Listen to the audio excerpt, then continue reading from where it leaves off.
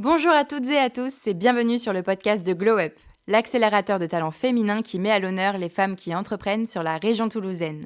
Je suis Maëlys, membre de la team Glow Up et j'interviewe des femmes inspirantes et audacieuses. Chez Glow Up, nous avons une mission, vous aider dans vos démarches et vous soutenir dans vos projets à travers des formations et événements réseautage. En reconversion professionnelle pour certaines, jeunes mamans pour d'autres ou encore à la sortie de leurs études, elles ont tout un point commun. La volonté d'entreprendre et de faire de leur passion leur métier à temps plein. Dans ce podcast, vous retrouverez des témoignages, des conseils et des informations essentielles pour entreprendre. Nos invités vous parlent de leurs expériences, de leurs difficultés et de leurs méthodes pour réussir à développer leurs projets professionnels et personnels. Un endroit bienveillant où l'on échange et apprend de nous-mêmes, toujours avec audace. Féminin, puisque l'on va parler de cycle menstruel. Et tout particulièrement du cycle menstruel comme acteur sur les conditions au travail et sur nos performances. Comme vous le savez, ce phénomène touche plus de la moitié de l'humanité et sur une longue durée, puisqu'on estime qu'une femme aurait environ 450 cycles au cours de sa vie. Pour l'occasion, je reçois Aurélie Pérez, fondatrice de Mintaka & Co, un café-boutique dédié à la connaissance de soi et au bien-être holistique. Je reçois également Marie Ville, fondatrice du podcast Ban Power et We Are Marie, une routine d'infusion liée au cycle menstruel. Elle est également consultante social media en freelance. Bonjour les filles, comment allez-vous ? Bonjour Maëlys. Bonjour Aurélie. Bonjour Alice. Bonjour Marie. Je suis ravie de vous recevoir aujourd'hui sur cet épisode pour ce sujet un peu spécial qui nous concerne toutes. Parlez-nous un peu de vous par rapport à ce sujet. Comment vous êtes intéressée au phénomène du cycle menstruel dans votre activité et tout particulièrement lié à votre productivité. Alors moi je m'y suis intéressée personnellement suite à mes 2 grossesses. J'ai eu des enfants il y a quelques années maintenant, vu que la première a 8 ans et demi. Et en fait, je n'ai plus pris la pilule à partir de ce moment-là, parce que c'était une solution qui ne me convenait plus. Et j'ai retrouvé mes cycles d'avant, en fait, d'ado, quoi. Ouais. Et qui étaient assez différents des cycles sous pilule, parce que les cycles sous pilule hormonale sont assez éloignés des vrais cycles, en fait. Ce sont des cycles recréés. Et j'ai pas du tout vécu la chose de la même manière. Il a fallu effectivement que j'apprenne à réapprivoiser mon corps d'une autre manière en fait, et à le comprendre déjà. Parce qu'il y avait des moments où j'étais vraiment en dessous en termes d'énergie, d'autres moments où j'étais super en calme, même un peu trop.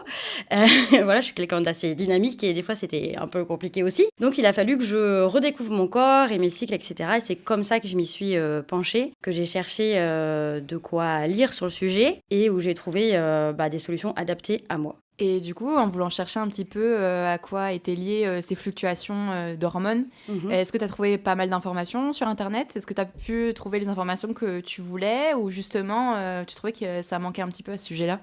Des informations, oui. Au départ, c'était très SVT, quoi. Donc, la progestérone, ouais. Etc. Donc, c'était chouette, mais ça me parlait pas dans mon quotidien, en fait. La théorie, je la savais, je l'avais appris. Je suis passée par le collège et le lycée, donc il n'y avait pas de souci, mais ça ne correspondait pas vraiment à ce que je ressentais. Donc, j'ai dû, au lieu d'aller dans des choses plus scientifiques, aller vers plus des témoignages et des littératures qui étaient soit liées à l'entrepreneuriat, soit plus au spirituel, pour trouver des choses qui me correspondaient et qui étaient plus en adéquation avec ce que je vivais moi. Et oui, j'ai trouvé des lectures qui correspondent à ma vie et qui m'ont éclairée. Et je sais pas si j'enchaîne, mais voilà, donc j'ai trouvé des femmes qui avaient pu témoigner, qui avaient fait ces recherches et qui ont pu faire de la littérature sur ces sujets. Et c'est à partir de là que ma vie a changé. Non, mais c'est vrai. Non, mais c'est vrai, on se rend pas compte. Je pense qu'on se pose pas vraiment toute la question. En tout cas, personnellement, je me suis jamais vraiment posé la question. Est-ce que mon cycle menstruel joue sur ma productivité ? Alors, joue sur mon humeur, ça c'est sûr.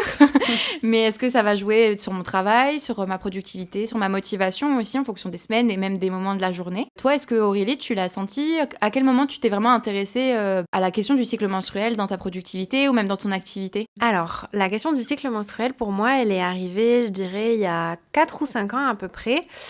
C'est un peu comme Marie sur une question de contraception, en fait, où en fait, j'avais plus aucune règle j'ai plus eu de règles en fait pendant une dizaine d'années à cause de ma contraception. Donc j'avais aucun saignement du tout. Et en fait, à un moment donné où j'ai voulu remettre un peu de naturel dans ma vie, je me suis posé la question de cette contraception hormonale. Et en fait, j'ai eu envie de tout arrêter. Et du coup, j'ai eu ce retour de mes cycles menstruels et de mes règles.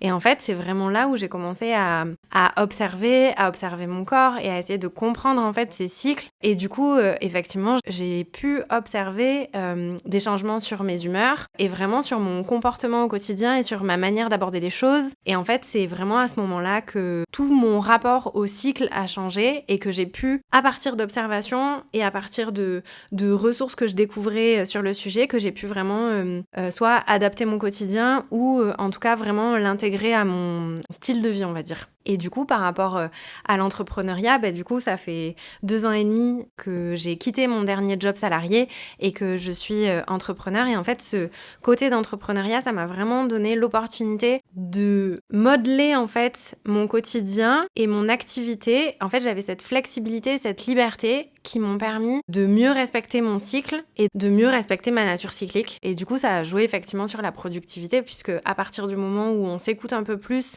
où on se connaît un peu mieux, c'est là qu'on peut avoir des résultats intéressants et où on peut vraiment jouer avec ça en fait. Et justement, vous avez parlé un petit peu de ce changement de vie dans votre activité, dans votre vie personnelle, quand vous vous êtes un peu intéressé, vous êtes vraiment concentré sur ce sujet-là et que vous êtes intéressé à en connaître un peu plus sur l'impact du cycle menstruel sur notre vie de tous les jours. Justement, quelle est votre expérience face au sujet ? Est-ce que vous avez adopté ce modèle de comprendre son cycle menstruel dans votre vie de tous les jours, dans votre activité ?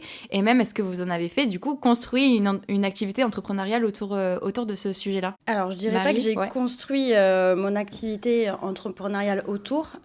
Pour moi, ça peut le faire et je trouve que c'est une super idée. Mais c'est possible pour assez peu de personnes, en fait, au final. Dans la réalité, voilà. Là, par exemple, Aurélie était en train de faire son projet et du coup, elle avait aussi le temps, la possibilité. Et c'est génial qu'on peut le faire. C'est l'optimisation la plus totale. Mais après, évidemment, je voudrais pas que ça ferme certaines personnes qui ont des contraintes extérieures à se dire ouais mais moi je peux pas en fait moduler à ce point ma vie et du coup je peux pas écouter mon cycle. Je pense qu'il y a 1000 façons de le faire, il faut trouver la manière dont ça nous parle. Voilà, moi j'ai une vie où forcément comme beaucoup on est obligé d'avoir des contacts extérieurs, etc. Et effectivement je peux pas tout moduler autour de mes règles, mais par exemple qui est une période assez compliquée même encore, mais l'idée c'est vraiment déjà de l'intégrer, de le savoir et de comprendre que effectivement à certains moments de son cycle on peut être différente, on peut ressentir des choses différemment, on peut avoir un niveau d'énergie qui va varier, etc. Et même si on peut pas adopter tout le temps un mode de vie qui serait optimal avec notre cycle, on va avoir des choses à faire, on peut proposer des choses dans sa vie pour aider, en tout cas ne pas alourdir sa vie avec son cycle menstruel. En fait c'est plus ça, se soulager avec quelques astuces ou en tout cas savoir quelle va être son énergie et pouvoir un peu adapter. Voilà, donc effectivement quand j'ai les enfants, ils savent que j'ai mes règles, par exemple, et donc, voilà, ils vont savoir qu'à ce moment-là, je vais être un peu plus fatiguée. Pour moi, c'est pas un tabou, par exemple, de leur dire qu'effectivement, pendant une semaine, physiquement, je vais pas être au top. Et ce qui marche aussi avec les enfants, ça va aussi marcher dans mon milieu pro, c'est-à-dire que, oui, si j'ai mes règles et que je me sens très fatiguée, c'est pas un sujet tabou pour moi de l'indiquer aux interlocuteurs. Alors, je sais qu'il y a des interlocuteurs pour qui ça va être plus facile ou non de le comprendre, mais au-delà d'en parler, c'est aussi adapter son emploi du temps. Moi, j'essaie au maximum et après, il y a la réalité qui fait que des fois, c'est plus ou moins possible. Mais par exemple, aujourd'hui, j'ai mes règles et je sais que je vais pas prendre 10 rendez-vous. Clairement, parce qu'à la fin du 10e, je vais m'endormir sur la table, ça n'aura aucun intérêt pour l'interlocuteur. Mais ça ne veut pas dire qu'on doit s'empêcher de faire des choses. C'est juste qu'on sait à quel moment on va avoir son énergie et donc de pouvoir un peu céder. Voilà, c'est plus ça. Oui, c'est au lieu d'adapter vraiment son activité et sa vie pro en fonction de son cycle menstruel, c'est plus prendre conscience du cycle menstruel. Oui, c'est ça en fait, c'est de prendre conscience vraiment qu'on a ces moments plus ou moins productifs et après l'adapter et le prendre en compte après dans notre vie. Et c'est pas facile, c'est pas facile. Notamment quand on est féministe. Pour moi, il y a un vrai sujet aussi, parce qu'il y a un peu un truc... alors, c'est surtout avec d'autres générations que nous, où nous, je pense qu'on a un peu intégré le fait qu'on pouvait être féministe et avoir une nature cyclique, mais il y a des femmes pour qui c'est compliqué, je trouve, parce que elles se disent, non, on est dans le travail, on est comme un homme, et on doit pouvoir être stable émotionnellement, dans son énergie, comme un homme, parce que le monde du travail ne souhaite pas qu'on soit cyclique. Pour moi, c'est pas un défaut que d'être cyclique, c'est une force, mais encore faut-il savoir ce que ça veut dire et comment s'adapter à ça. Voilà. Ouais. Et toi, Aurélie, après avoir pris conscience de ce modèle-là, un petit peu de cycle menstruel, etc., comment tu l'as, toi, adapté à ton quotidien? Et est-ce que, du coup, ça a changé ta vision de voir les choses et ça a changé des choses dans ton activité? Je rejoins Marie sur le point que on n'a pas tous et toutes la capacité de s'adapter ou en tout cas de modeler son activité professionnelle en fonction de son cycle. C'est vrai que, comme je disais tout à l'heure, on a toutes plus ou moins de flexibilité et de liberté par rapport à ce sujet. Donc ça, pour moi, c'est important de le garder en tête pour pas arriver à un comportement qui serait contre-productif, de s'auto-flageller parce qu'on n'y arrive pas, parce qu'on peut pas ou parce qu'il se passe toujours des contraintes dans la vie qui font qu'on n'est pas toujours en phase avec son cycle. Mais du coup, je dirais que, en fait, ce qui a changé pour moi à partir de cette compréhension du cycle, c'est vraiment de pouvoir, du coup, à partir des observations, de prendre conscience, de vraiment conscientiser et de mettre la lumière sur certaines choses pour être plus dans l'accueil que dans le fait de subir. Par exemple, comme disait Marie, donc on a des phases où on a une énergie qui serait parfois plus propice à travailler de manière coopérative, à faire des réunions, à faire des choses plus sociales. D'autres moments, on est plus tourné vers nous-mêmes et on est plus dans l'introspection, par exemple. De savoir ça m'a permis de pouvoir l'accueillir, du coup, et de pas, en fait, être simplement spectatrice de ma vie et de ses fluctuations, mais de vraiment pouvoir en tirer parti quand j'en avais la possibilité, et ça n'a pas toujours été le cas, mais vraiment de pouvoir, continuer à avancer en ayant cette compréhension-là. On est vraiment dans l'opposé, on ne subit plus, en fait, c'est plus que c'est ça, en fait, c'est Ouais. ne plus subir son cycle menstruel et de plutôt agir avec. Ouais, pour le coup. Exactement. Je pense que quand j'étais salariée, j'ai pu adapter un petit peu à un certain niveau, à une certaine échelle, et encore, ça dépend vraiment à chaque fois des moments. Et après, en tant qu'entrepreneur, pour moi, ce respect de mon cycle, ça a été vraiment un moyen de tenir le coup, entre guillemets, parce que c'était ce qui était le plus respectueux de mon énergie et de comment je me sentais à un instant T. Et en fait, de mon expérience, les moments où je ne l'ai pas respecté du tout, le retour de bâton a été terrible. Enfin, terrible. Le retour de bâton a été compliqué. Et du coup, voilà, c'est de pouvoir ajuster. Ouais, pour moi, c'est vraiment un allié, quoi. C'est pas quelque chose contre lequel on doit lutter, parce que dans tous les cas, notre nature cyclique, on va l'avoir, et pendant quelques années, hein, tu l'as dit, 400 cycles, ça peut paraître un peu impressionnant comme ça. J'ai commencé avec des chiffres lourds. Ouais. Mais bon, je vais mettre un peu dans l'ambiance, mais c'est vrai que en soi, ça peut être, on le sait, quoi. C'est ça. Voilà, Après, les femmes, on le sait en tant que femme, mais c'est vrai que c'est quand même une charge mentale de se dire que, mine de rien, tous les mois, on a nos règles, etc. Pour celles qui les ont, en tout cas. Et encore, ça se passe... Pour beaucoup, ça se passe bien, mais il y a aussi un nombre conséquent de femmes pour qui les cycles, et notamment certaines périodes du cycle, sont très compliquées. Donc, et douloureuses, 400 fois un moment très compliqué dans une vie, c'est long. Donc, il y a aussi cet aspect-là qu'il ne faut pas oublier. Il y a effectivement, on entend beaucoup parler d'endométriose, et tant mieux qu'on en entende parler, parce que c'est 10% des femmes. Mais il y a aussi la phase avant les règles, les syndromes prémenstruels qui peuvent être quand même hyper lourds pour beaucoup de femmes. Il y a quand même 7% de femmes qui ont des pensées suicidaires à ce moment-là. 7% des femmes, ça fait beaucoup de femmes. Ça fait surtout beaucoup de femmes qui ne savent pas pourquoi à ce moment-là elles ont des pensées suicidaires. C'est hormonal, et il n'y a pas beaucoup de médecins généralistes qui sont forcément formés, renseignés sur ce sujet, et on peut se remettre en question à ce moment-là et ne pas comprendre. Et en fait, être au courant de comment on fonctionne de son cycle, ça répond aussi à beaucoup de questions, que ça soit sur le plan perso, sur le plan pro, etc. Donc, pour moi, c'est vraiment un enjeu pédagogique fort de se renseigner sur son cycle et de le faire passer aux autres femmes. C'est un outil, en fait, pour moi, c'est un coach. Le cycle menstruel, c'est son coach interne. Puis comme mais j'allais dire, pour rebondir sur ce que disait Marie, ça, c'est même au-delà des femmes et des personnes menstruées. Oui. Pour moi, c'est vraiment un sujet aussi qui est à être sensibilisé pour les hommes, en fait, et pour les personnes qui ne sont pas menstruées. Je vois, c'était il y a 3 mois à peu près, j'ai fait une présentation dans l'espace de coworking que je fréquentais, et j'ai fait une présentation sur le cycle menstruel et comment on pouvait l'intégrer dans son quotidien pro. Et en fait, dans le public, il y avait à la fois des personnes menstruées et des personnes non menstruées. Et en fait, c'était hyper intéressant parce que du coup, il y a vraiment eu des échanges. Et pour moi, c'est au-delà de permettre aux femmes de s'approprier cette nature cyclique, c'est aussi de l'apporter à la compréhension des hommes ou en tout cas des personnes non menstruées, parce que du coup, il y a vraiment des questions qui rejoignent tous les genres, en fait, et qui interagissent et qui ont des conséquences sur tout le monde. Et dans le milieu pro, au final, il y a à la fois la question de, dans mon activité professionnelle, à mon niveau personnel en tant qu'individu, comment je peux l'intégrer, mais il y a aussi dans tout l'écosystème professionnel, dans une entreprise, pas forcément que dans l'entrepreneuriat, mais dans une entreprise, au sein de la famille, avec les amis.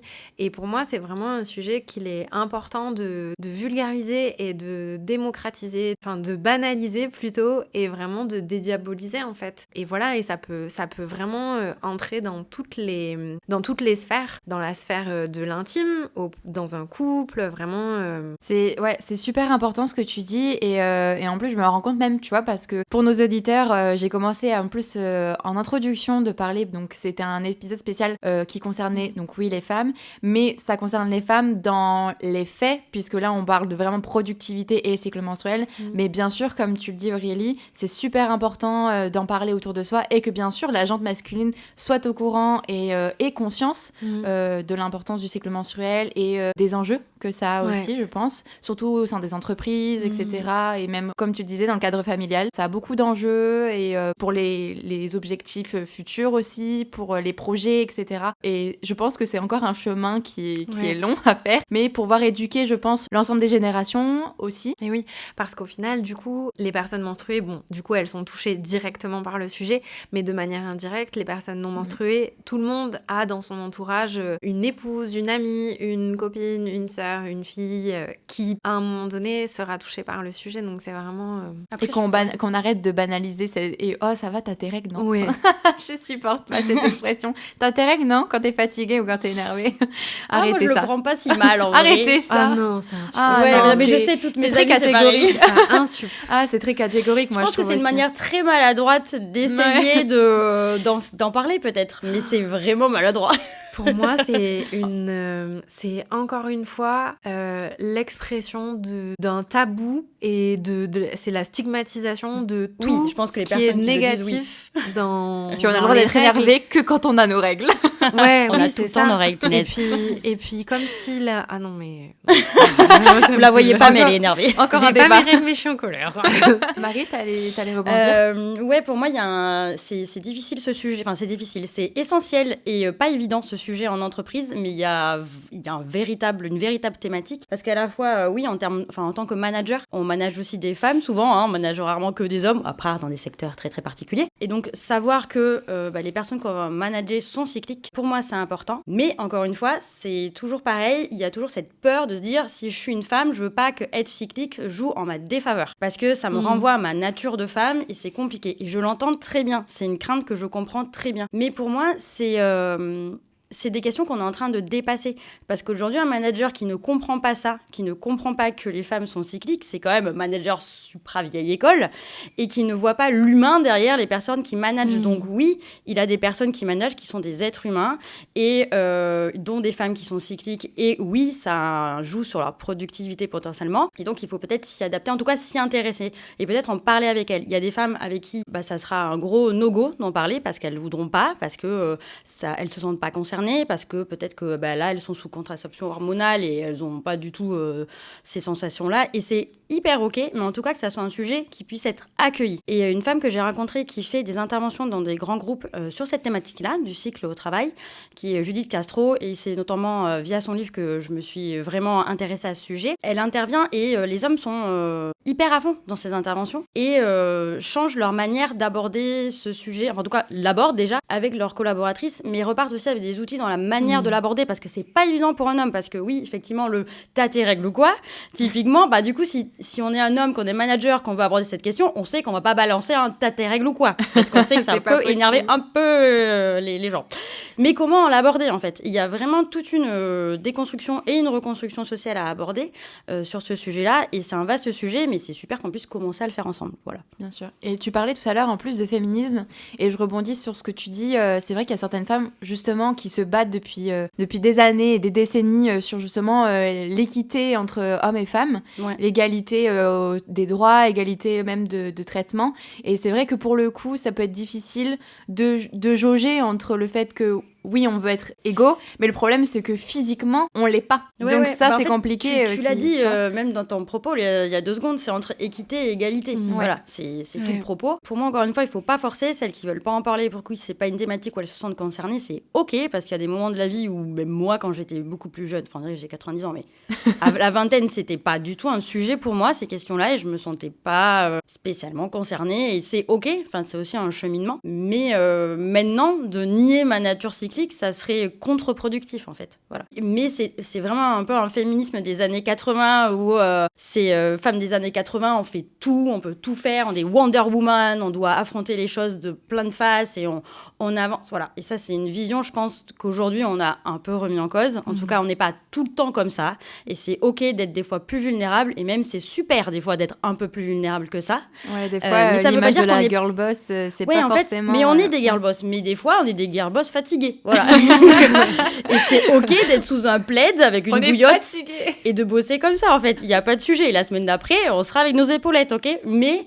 de pas accepter ces moments un peu down, pour moi, c'est comme disait Aurélie, c'est après se prendre un contre-coup et ça peut être un peu violent. Voilà. Donc, vaut mieux essayer de s'écouter et d'être OK avec le fait d'être de temps en temps un peu plus vulnérable. C'est pas très grave. Oui, et puis surtout, là, on parle beaucoup du fait qu'on est plus vulnérable à un certain moment du cycle, qu'on a des moments de down, que l'énergie n'est pas toujours propice à être hyper productive et hyper concentrée et hyper à fond, sauf que ça concerne de manière générale une partie du cycle, mais ce qu'il faut bien comprendre, c'est que au-delà des règles et au-delà du syndrome prémenstruel, il y a toute une autre phase du cycle où là, justement, c'est vraiment le moment où on peut y aller à fond et où on va avoir cette énergie, où en tout cas, on va y avoir accès, on va pouvoir s'y connecter plus facilement, être plus facilement en lien avec les autres, on va être peut-être plus inspiré, etc.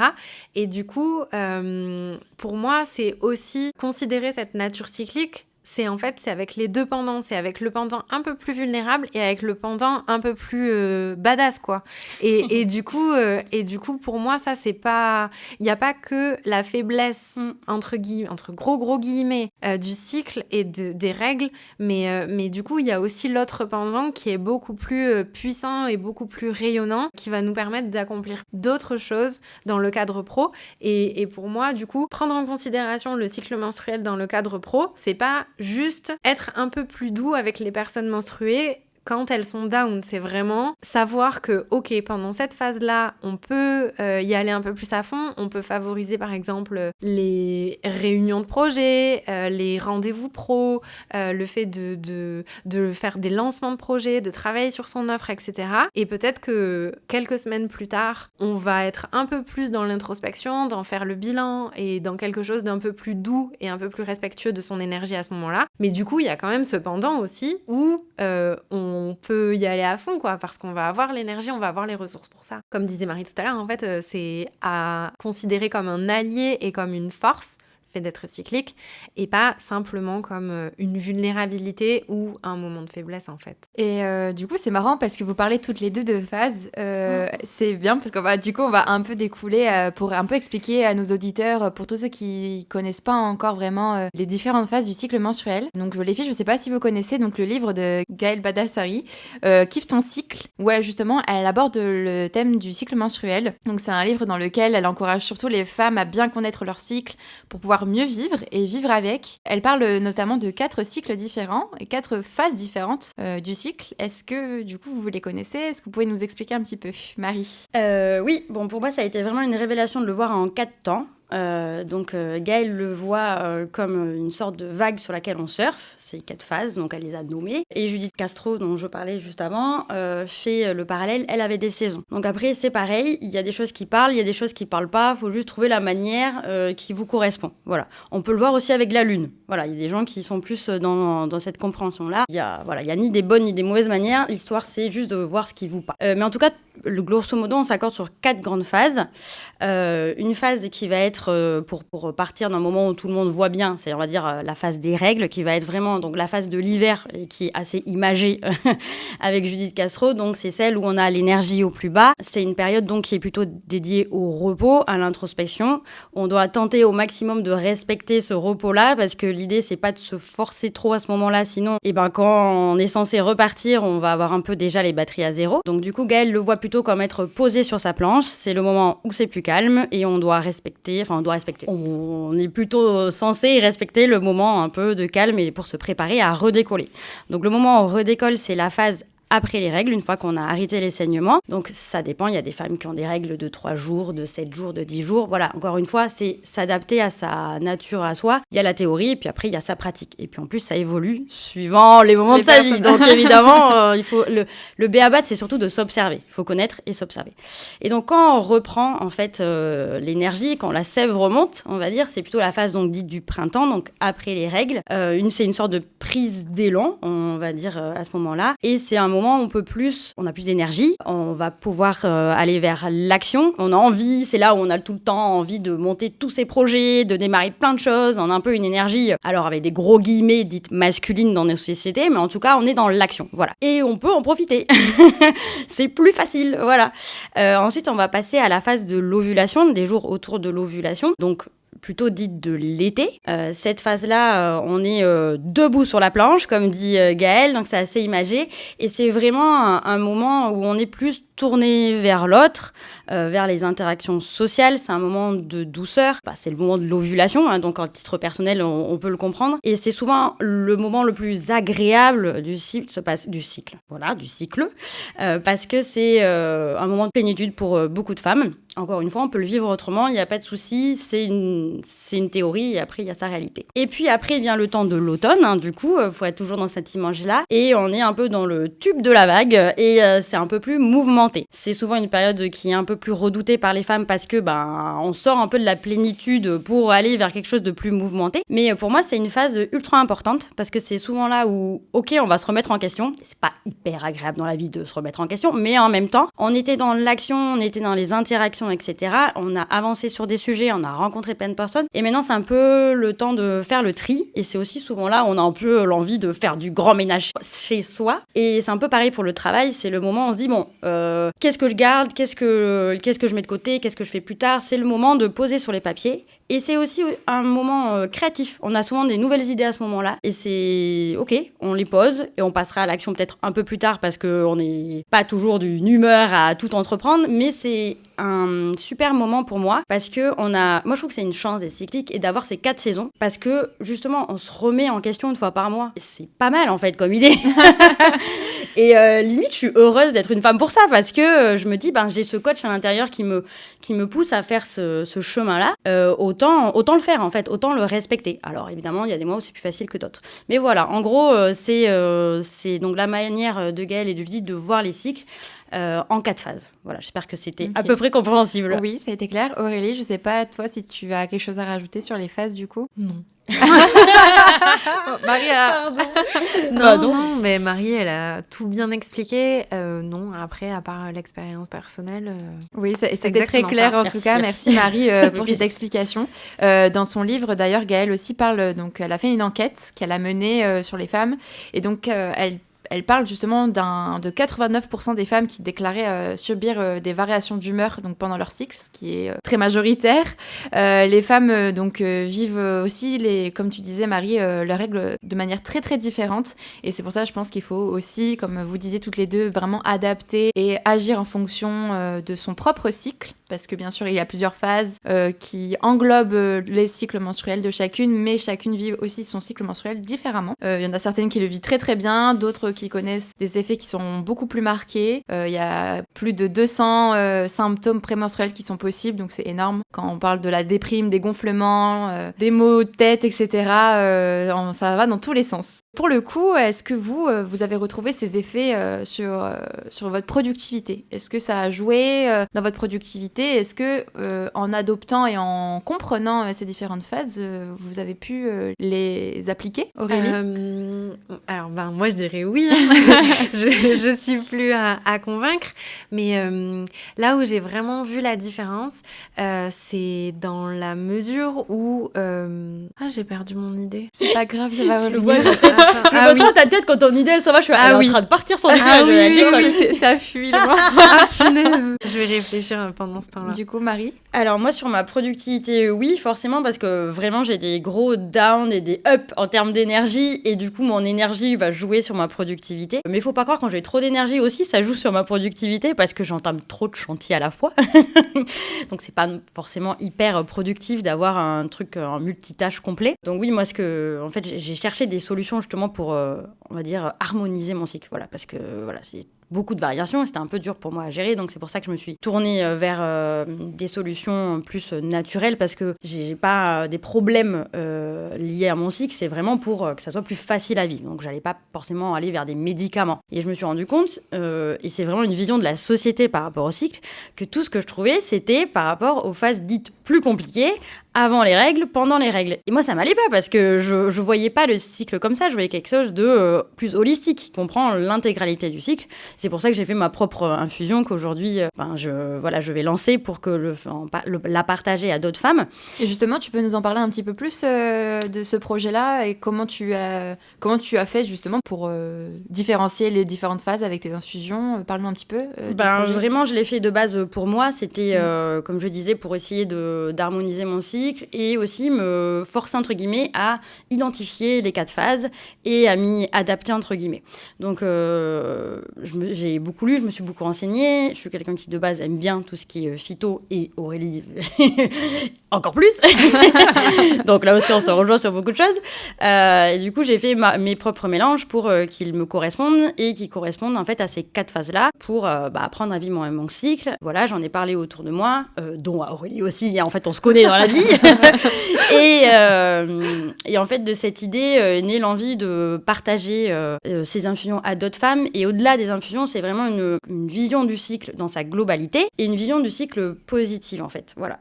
Pour moi, c'est vraiment un allié, et j'ai envie que les infusions, ça soit aussi un moment dans la journée des femmes où elles prennent le temps de s'écouter, de se dire c'est le moment de mon infusion, je me pose, j'en suis où dans mes phases, comment je me sens aujourd'hui, ok, du coup comment je peux voir par rapport à mon emploi du temps dans la semaine, etc. Est-ce que je peux m'aménager quelque chose ou pas? Du coup, si je peux pas m'aménager, c'est normal qu'à ce moment-là la semaine je sois peut-être un peu plus fatiguée, mais c'est ok, il y a pas de souci là-dessus. Voilà, de se poser autour de cette infusion, et c'est vraiment quelque chose qui me tient à cœur, et que je suis ravie de pouvoir lancer. Voilà. Et du coup, c'est pas encore lancé. Donc le projet, c'est We Are Amari, c'est ça? C'est pas encore lancé? Non. C'est bien, normalement, ça va sortir bientôt. Oui. Alors c'est un running gag chez moi parce que un petit peu. Non, mais parce que alors voilà, c'est un running gag chez moi parce que c'est un projet que j'ai depuis très longtemps. En fait, voilà, je l'ai depuis que Aurélie avait le projet à peu près Mintaka. On en parle depuis des années en fait. Mais voilà, c'est ça. Et sauf que bon, j'ai un travail de consultante et toujours deux enfants, donc il faut quand même avancer sur des sujets.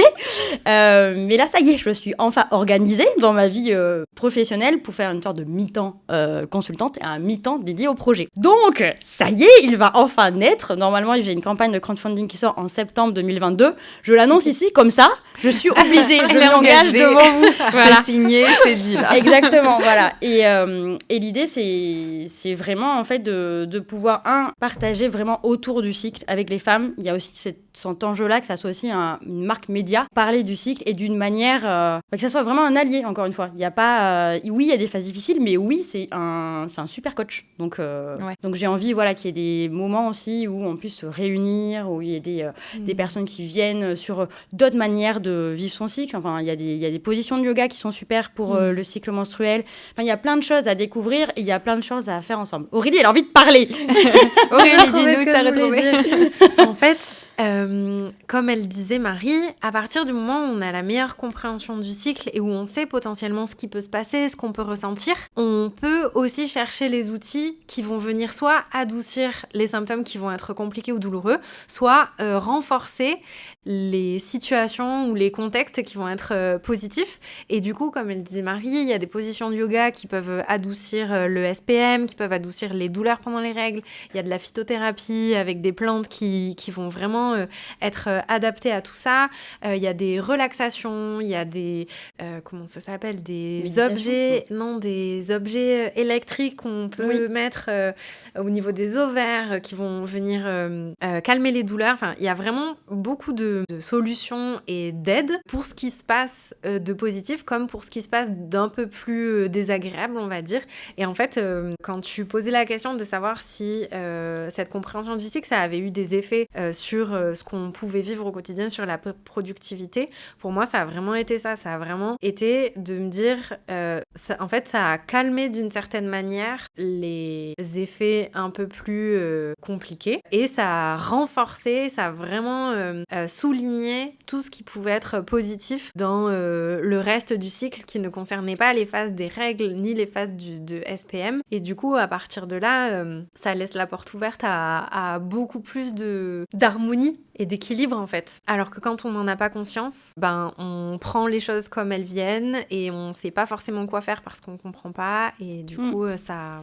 on peut repartir sur l'image de la vague en fait de Gaëlle, c'est-à-dire que si on comprend pas, on se prend la vague dans pleine face et en fait c'est un peu dur, alors que l'idée c'est de surfer dessus. C'est exactement pareil que pour un accouchement, pour celles qui ont accouché, on nous dit il faut accueillir la vague, sinon ça va faire mal.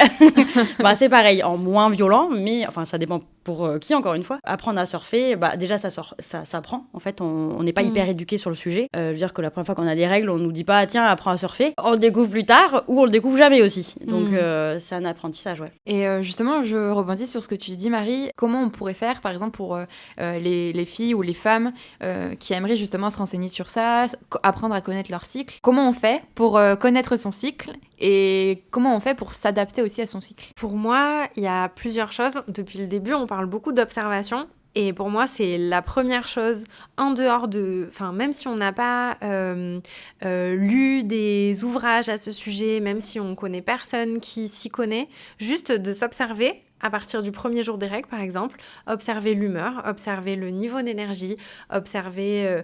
Il y a des symptômes physiques aussi, si on a mal quelque part, mal à la poitrine, mal dans le bas-ventre, etc. Il y a aussi des matérialisations plus physiques, par exemple sur l'aspect de la peau, l'aspect des cheveux, le corps qui peut changer aussi, qui peut gonfler ou paraître un peu plus mince, etc.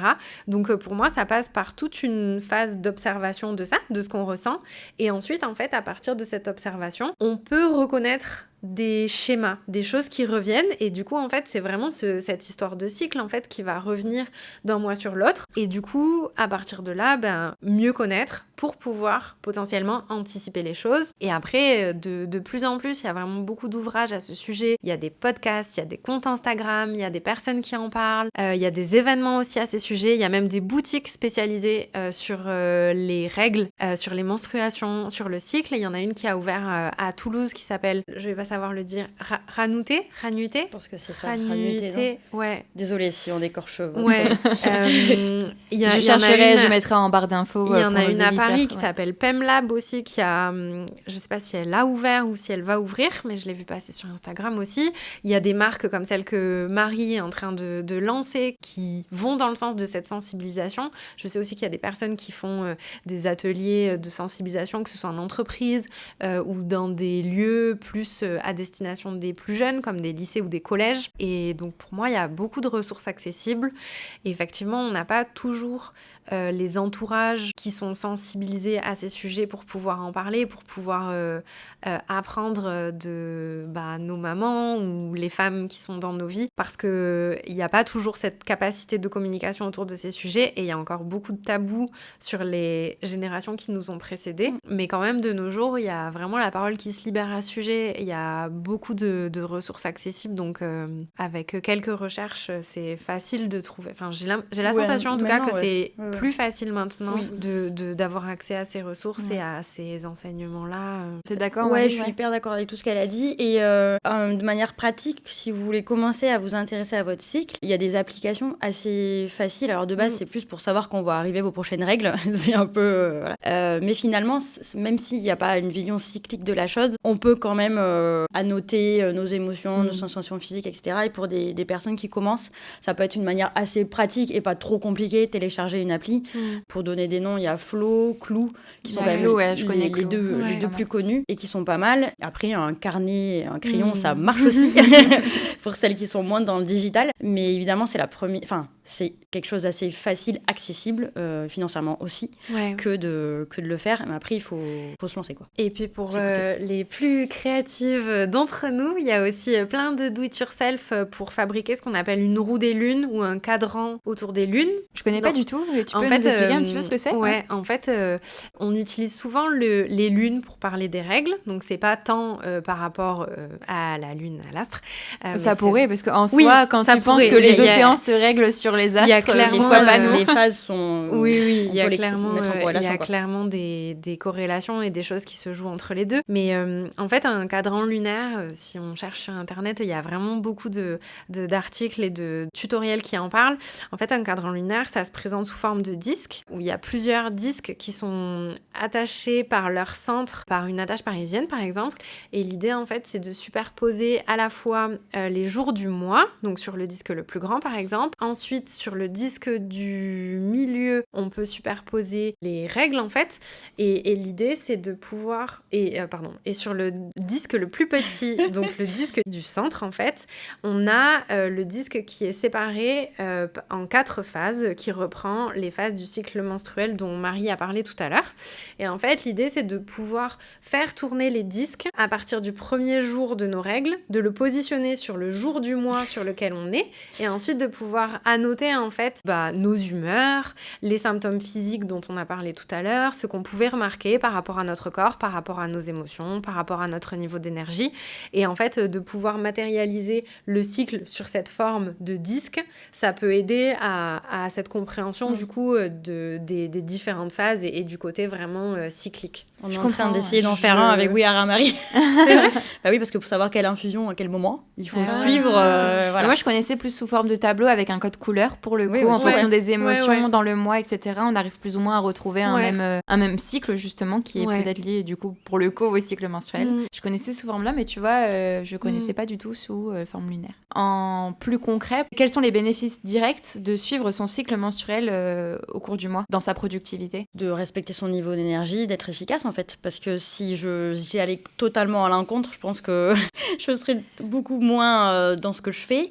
Tu te sens plus productive, toi, depuis que tu connais ton cycle? Mais ça n'a rien à voir, en fait. Moi, je vois, par exemple, là, du coup, le café boutique que j'ai créé, je l'ai ouvert il y a un mois à peine. Oui, c'est tout récent. C'est tout récent. Et en fait, quand j'ai travaillé sur la date d'ouverture, vraiment pour choisir la date, en fait, il s'est trouvé que la première date à laquelle je devais, entre guillemets, l'ouvrir, c'est tombé pile pendant mes règles. Et en fait, je travaillais tellement depuis des mois, sans prendre de pause, sans prendre de week-end, et j'ai tellement peu respecté mon rythme qu'en fait, quand je suis arrivée à quelques jours de l'ouverture, émotionnellement, c'était juste pas possible, et physiquement, c'était même pas possible j'étais pas en état d'ouvrir un lieu et d'être dans de bonnes énergies pour ça. Et en fait, ce qui s'est passé, c'est que 2 jours avant à peu près, j'ai pris la décision, ça a été un peu dur, mais j'ai pris la décision de reporter l'ouverture de 5 jours pour que ça tombe juste après mes règles. Alors, c'était pas pour que ça tombe juste après mes règles, mais c'était juste pour me laisser le temps de finir tout et que émotionnellement, ça aille un peu mieux. Et en fait, ça a vraiment tout changer.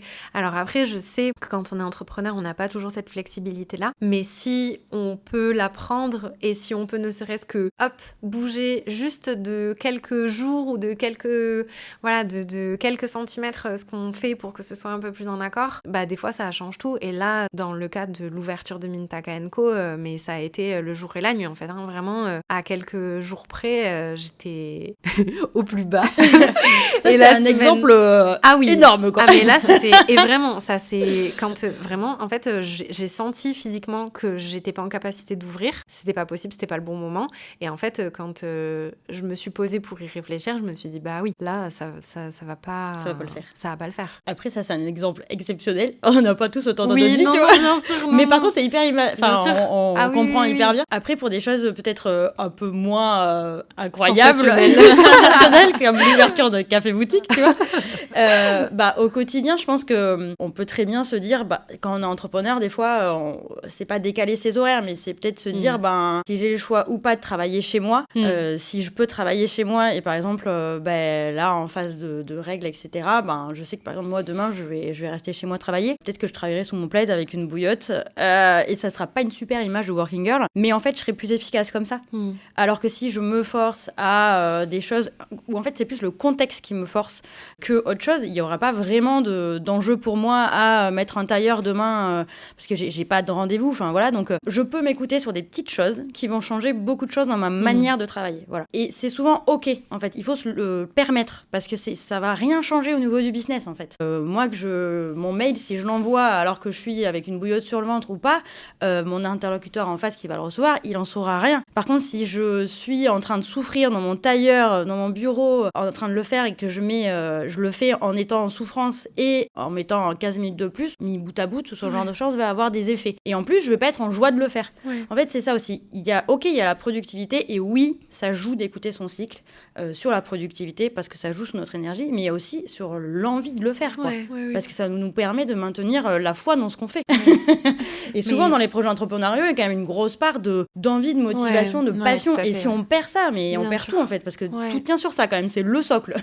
Après, sur des choses aussi un peu plus du quotidien qu'une ouverture de café-boutique où ça, clairement, bon, c'est... Non, mais c'est un super exemple pour rien. Oui, on est d'accord que c'est un cas très, très particulier. Oui.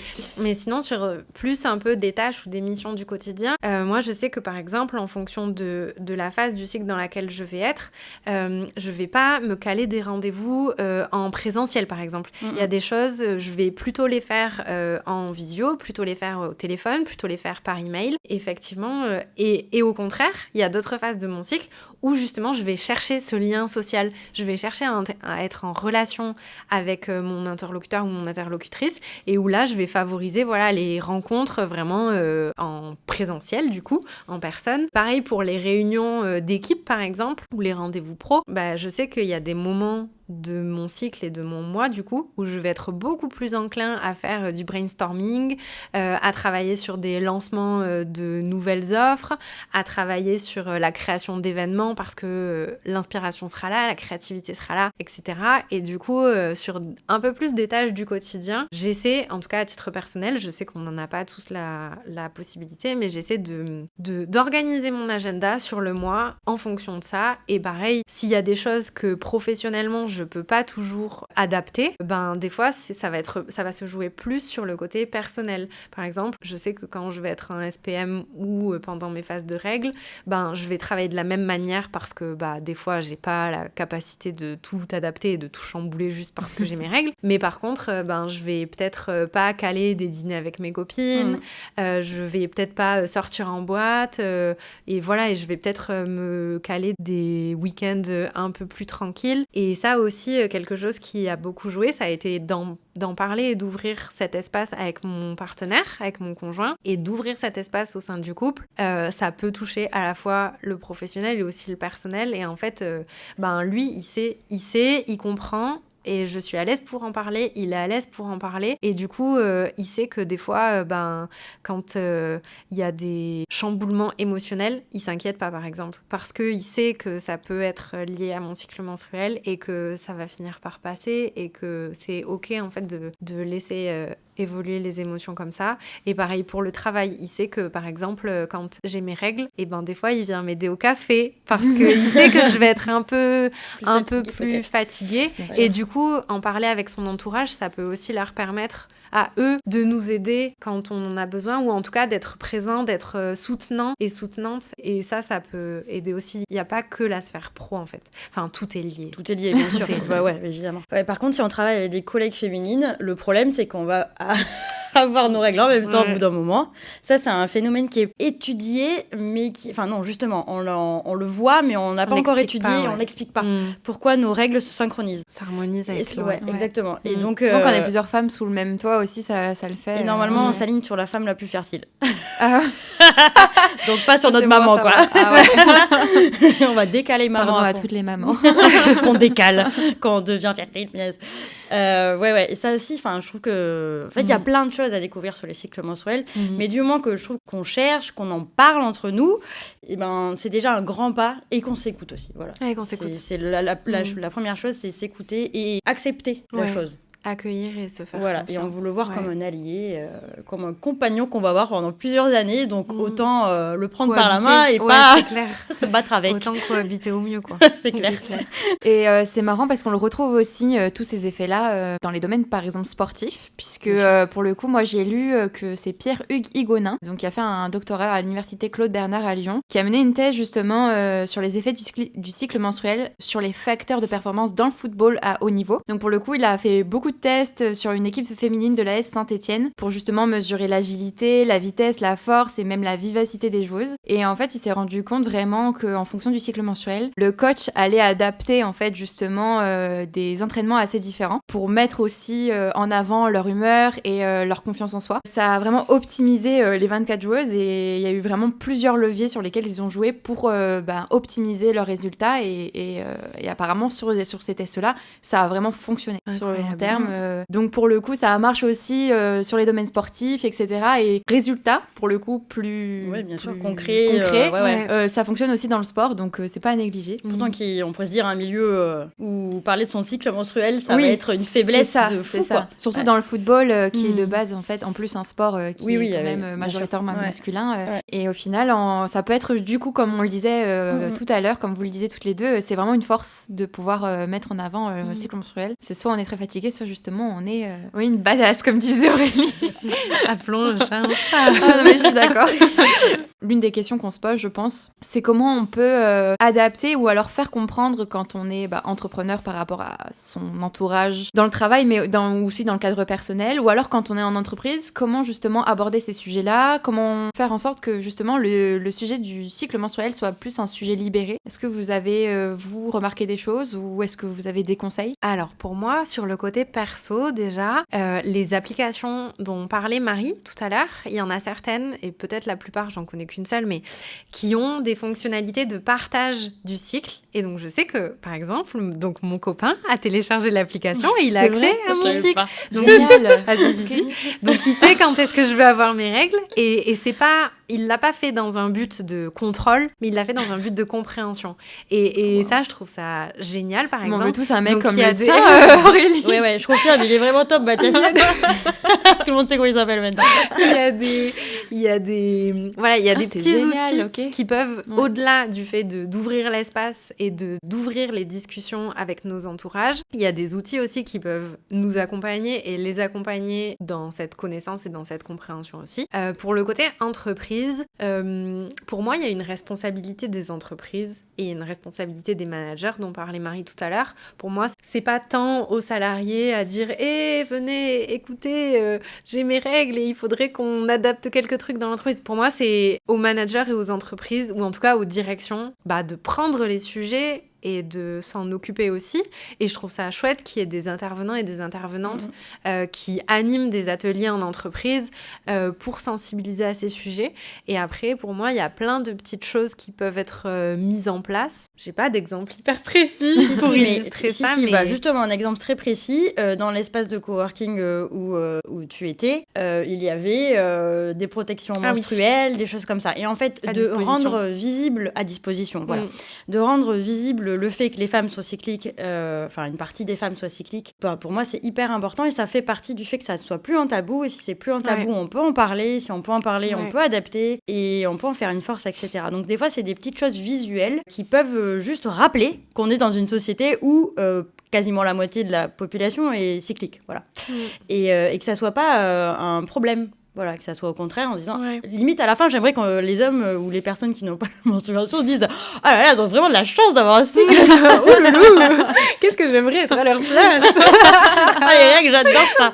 Non, mais bon, mais un peu quand même en fait, tu vois. Ouais. Et pour moi, c'est un peu des choses comme ça où de pas hésiter à en parler à mes enfants, que mon fils soit au courant, que ça soit du coup un homme quand il va grandir qui n'ait pas de tabou sur le sang ou qui sache déjà qu'il y a des phases cool du cycle aussi, qui n'ait pas une vision du cycle comme un truc un peu bizarre des femmes que je comprends pas trop. Elles changent d'humeur. Éduquer vos Éduquer jeunes nos enfants filles, et- évidemment, parce ouais. qu'elles aussi, ça va C'est leur super arriver important. potentiellement, enfin voilà, et nos fils aussi, parce Ouais. que là, il y a une étude qui est sortie, il faudra qu'on ait les chiffres, mais qui montrait que à l'adolescence, les garçons avaient une vision du cycle horrible, et alors je veux pas te dire un chiffre faux, mais c'était entre 40 et 70%, ok, la précision n'est pas là, mais un chiffre vraiment énorme qui disait que les règles les dégoûtaient, que les femmes qui avaient les règles les dégoûtaient, enfin vraiment, il y avait vraiment un sentiment de gros rejet. Ouais. Alors qu'on a l'impression qu'on en parle et que voilà, mais en fait, il y a quand même, c'est quand même quelque chose qui vient de loin. Enfin, le sang des femmes, c'est quand même un sujet. Et je recommande du coup les livres d'Élise Thiebaud sur cette thématique, ce Simon sang, etc., qui revient sur pourquoi le sang des femmes est vraiment un sujet qui est très compliqué. Enfin, compliqué. Tu vois, qui a une véritable historique et qui dégoûte encore beaucoup. Et c'est très lié à ça, en fait, le problème du cycle et qu'on n'en parle pas, c'est parce que c'est lié au sang, à la vision du cycle comme les règles. Et les règles qui sont sales, voilà, de la femme impure qu'on doit chasser quand elle a ses règles. Et en fait, tout est lié à ça. Et je pense qu'on pourrait quand même essayer de le dépasser et de parler du cycle aussi d'une manière plus positive pour qu'on dépasse ce cadre de la femme, son cycle égale son sang qui est sale. Voilà. Après, tu en parlais déjà tout à l'heure. En fait, il y a beaucoup, surtout les jeunes générations, ou alors je pense que c'est déjà un sujet dont on se pose pas vraiment de questions et même on pense pas quand on est plutôt jeune et qu'on n'y est pas non plus confronté pour le coup, surtout dans le cadre du travail. Je pense que beaucoup de gens ont encore la vision des règles depuis les cours d'SVT en fait de l'école et en fait on n'est pas allé plus loin et même les hommes comme ça les concerne pas directement, ben ils se sont arrêtés peut-être à là aussi et aux a priori qu'ils ont eu à ce moment-là. Et puis pour moi il y a aussi en fait ce sujet, c'est incroyable parce que quand on s'en empare, ça va encore beaucoup plus loin en fait. On pourrait parler de précarité menstruelle, on pourrait parler de plein d'autres sujets et en fait quand j'ai préparé ma présentation à l'espace de coworking au sujet des menstruations et des règles et du cycle, j'ai fait des recherches et je suis tombée sur un article, j'y avais jamais pensé et je me suis dit oh mais oui en plus. En fait c'était un article écrit par un homme transgenre, donc une personne qui est née avec qui a été assignée femme à la naissance mais qui était un homme, donc c'est quelqu'un qui a fait sa transition mais qui est encore menstrué et en fait il disait que en gros pour lui sa période de menstruation en fait c'était très très problématique parce que du coup il allait dans les toilettes pour les hommes, sauf que les toilettes pour les hommes c'est souvent des urinoirs ou d'autres toilettes, mais c'était pas adapté par exemple pour son changement de protection hygiénique et en fait il disait qu'il y avait beaucoup de problèmes par rapport à ça et du coup en fait au-delà, on parle souvent des femmes mais en fait les personnes menstruées il y a aussi des hommes transgenres, tout à fait, il y a aussi des personnes qui s'identifient pas en tant que femmes et en fait ça va encore plus loin que ce qu'on peut imaginer des fois quand on n'est pas forcément sensibilisé à l'identité de genre. Enfin il y a beaucoup de choses et pour moi c'est vraiment un sujet politique quasiment en fait, au-delà d'un sujet de société quoi. Les règles c'est un sujet politique clairement. Sociétal et politique. Après le sujet va et en tout cas sur la bonne voie pour avoir une liberté un peu plus d'expression et pour qu'on puisse un peu plus que tout le monde se sente concerné. Comme tu parles aussi, c'est pour les personnes transgenres, etc. Je pense qu'aussi ça va être des choses qui vont se confronter en fait à la vie de tous les jours et on y va sur le progrès. J'espère aussi. Ouais. Écoutez, on arrive à la fin de cet épisode. On va finir par la dernière question que j'aime toujours poser. Donc, quel serait votre conseil pour nos auditeurs et nos auditrices pour connaître son cycle menstruel et pour faire en sorte de l'optimiser avec sa productivité? Je dirais un peu ce qu'on a répété pendant l'épisode, mais s'observer, s'écouter, se faire confiance et ne pas hésiter à en parler. Ne pas hésiter à en parler et à ouvrir les sujets parce que pour moi, c'est vraiment en ouvrant ces terrains d'expression en fait qu'on pourra vraiment démocratiser ces sujets, arrêter d'en faire un tabou et que ça deviendra deviendra une norme. C'est peut-être pas le mot la norme, mais que ça deviendra quelque chose d'accepté plutôt que quelque chose qui est rejeté, qui est synonyme uniquement de douleur et de choses compliquées, quoi. Et je compléterai peut-être en disant aussi de s'éduquer sur ces sujets par les lectures et aussi trouver la manière qui vous parle de voir votre cycle, que ça soit la vague, les saisons, qui quand même parle à beaucoup de gens, les saisons, la lune, enfin peu importe, mais de trouver quelque chose sur lequel ça soit facile pour vous, de vous imager votre cycle pour que cette partie-là soit facile en fait. Si ça devient très compliqué de voir son cycle, on va pas y prêter attention en fait.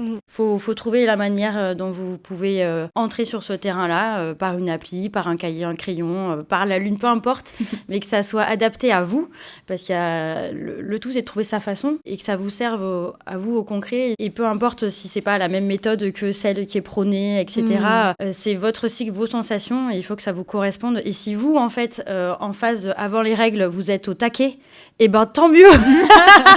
Mais le tout, voilà, c'est de s'éduquer. Pour moi, si je rebondis sur ce que tu dis, s'éduquer et s'observer pour faire sa propre méthodologie. Voilà. C'est ce que je rajouterais aussi, c'est de pas rester que sur la théorie qu'on peut lire dans un livre, parce que je pense qu'il y a autant de cycles qu'il y a de personnes menstruées, et il y a autant de façons de le vivre qu'il y a de personnes qui les vivent, et il y a la théorie qui apporte un certain lot de connaissances, d'enseignements, d'expériences, mais en fait rien ne vaudra jamais plus que sa propre expérience et sa propre réalité, parce que c'est à partir de ça qu'on peut vraiment adapter et trouver son harmonie et son équilibre, et pas en essayant d'appliquer, pas en essayant de calquer ce qu'on peut lire dans un livre qui a été écrit par je ne sais qui. Donc, qui a un contexte, un cadre, qui a un corps différent. Voilà, c'est ça, des expériences différentes et des fois une culture différente, un pays différent. Donc, faut se faire confiance. Voilà. Super. Écoutez, on arrive à la fin de cet épisode. Je vous remercie les filles d'avoir participé et d'avoir partagé aussi vos expériences sur ce sujet qui était très intéressant. Merci. J'espère qu'il aura su inspirer tous nos auditeurs. Donc je vous remercie aussi à vous qui écoutez ce podcast. N'hésitez pas à suivre Glow Up sur nos réseaux sociaux que je vous mets en barre d'infos. Je vous mets également en barre d'infos les informations pour aller suivre Marie et Aurélie sur leurs réseaux sociaux. On se dit à très bientôt pour un prochain épisode. Merci les filles. Merci Maëlys.